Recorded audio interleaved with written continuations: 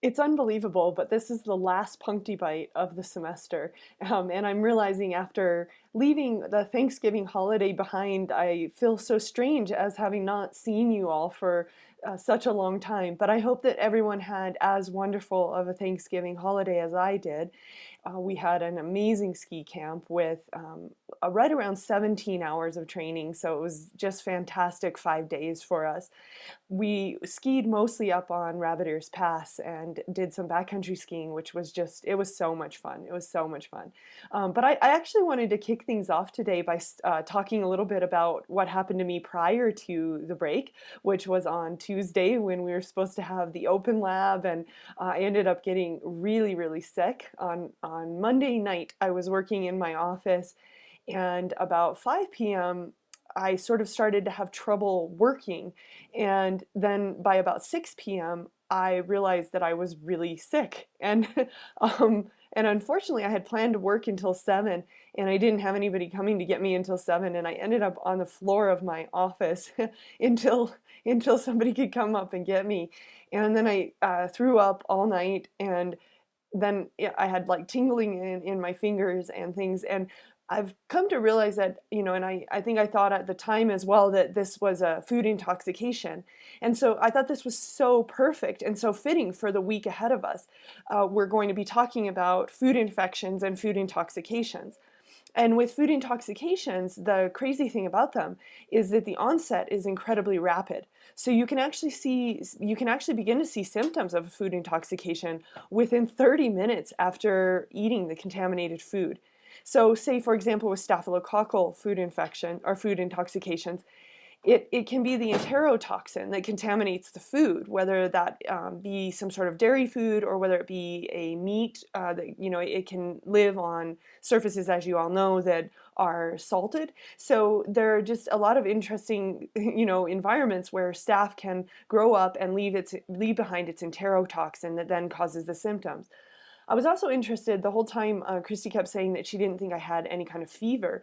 And I was noticing that with intoxications, food intoxications are sometimes actually accompanied with a lowered body temperature. So it was just an interesting experience. And honestly, the worst of it only lasted right around 24 hours. And so by the next day, I was doing much, much better. But it was crazy not to even be able to get out of bed and just feeling so rough. So on that note, let's look at the schedule as we're coming. And I've got actually two schedules coming up here, the last December week schedule, as well as the last week of November. So we've got labs 24 and 25 planned for this week, which is soil microbiology, and then followed by, as I mentioned, food microbiology. The soil microbiology lab, I'll talk about in a minute, but that's a little bit more of an in-depth lecture, and if you're not into soil micro, it might be one that you want me to do. The food lab, it should be a pretty straightforward lecture to give. Amy, Sarah, and James are sharing Open Lab on Friday. I think that means that Amy and Sarah are going to be on that one. So if you ladies do need extra help, just let somebody know, and then we'll be sure to help get you covered.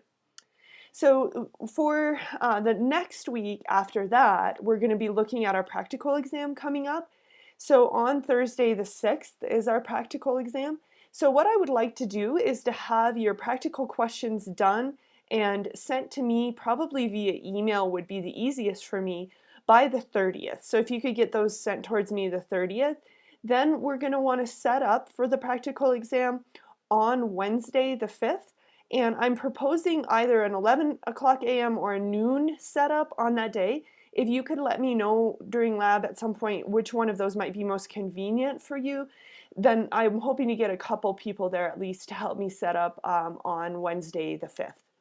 So that will be our last assessment, of course, and then our final grades are going to be due on the 8th. So we're actually looking towards trying to get those turned around pretty rapidly. A couple reasons for that.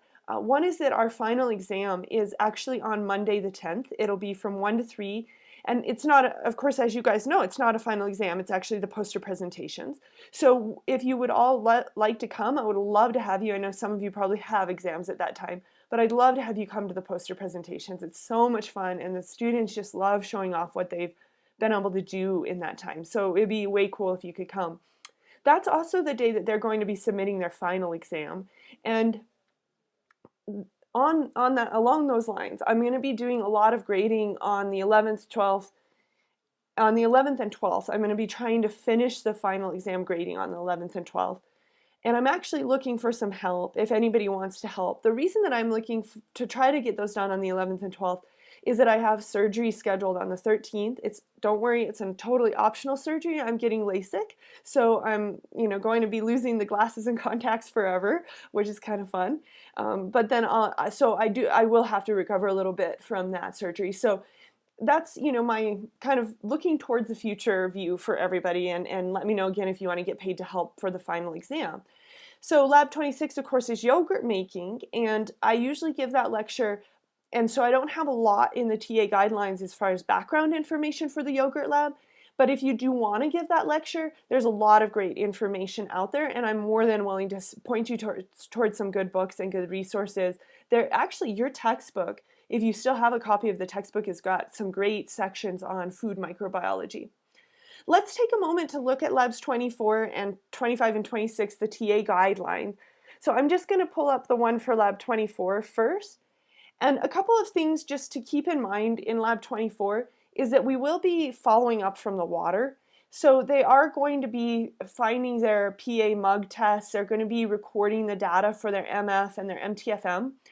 And this is the time of year where we need to start to get really on them about actually recording the data on the board, because it's just that time where we all feeling a little bit lazy and ready to be done with the semester. So we're going to try to get them to record that up on the board, and to talk a little bit about how the MTFM again is a statistical estimate versus the MF, which is an actual count, and just doing a little bit of contrasting between the methods of water micro. And these water tests are going to keep being the gift that keeps giving, because you're going to need to inoculate the confirmed test today, and they're going to be carrying that along to the next time when they'll be inoculating the completed and the IMVIC. So it's good to help remind them that that's still the water, that we're still continuing that on and everything. So I think as far as Lab 24 itself goes, one small change was that we've gone to the disposable culture flasks now, and that was because John just was having a horrible time trying to clean the dirt out of those water bottles. It was just really rough. It wasn't worth the time, and so we finally made that change. So they will be throwing those into the biohazard waste when they're done with them. So that's kind of in some ways a nice change, and it helps us with the measuring part of it, because they're going to use the gradations on those bottles as well. All the students will also try to isolate the nitrogen-fixing rhizobium, or sorry, the nitrogen-fixing azotobacter. Of course, we'll talk about rhizobium as well. So everybody will be doing that, but we're doing that in groups of 4 now too, as opposed to groups of 2. So everything is pretty much group work for Lab 24. Okay, so, oh, and also remember to split the benches, and I'll try to have this on the board at the beginning of the hour, but just remembering that only one bench will do molds, one bench will do streptomyces, and one bench will do the so-called other bacteria. So we're kind of splitting everything there. Let's talk about the last TA guideline, which is that for Labs 25 and 26. And again, as I mentioned with this, the main thing to remember is that they will be completing the water micro. They'll be doing the IMVIC test today, and they'll be doing the completed test. And one thing just as a reminder is that those groups that did like tap water, if you can have them pick somebody else's yellow tube so that they can at least get a feel for what these follow-up tests are going to be, so that they're getting to do all of the tests. That's really helpful. So as I said, there's not a lot in here about yogurt, but again, let me know if you do want some background information, if you do plan to give that lecture. Always a fun day on the yogurt making day. Okay, I think that summarizes everything, and I hope you all had a fantastic break, and I hope no one else had any food intoxications.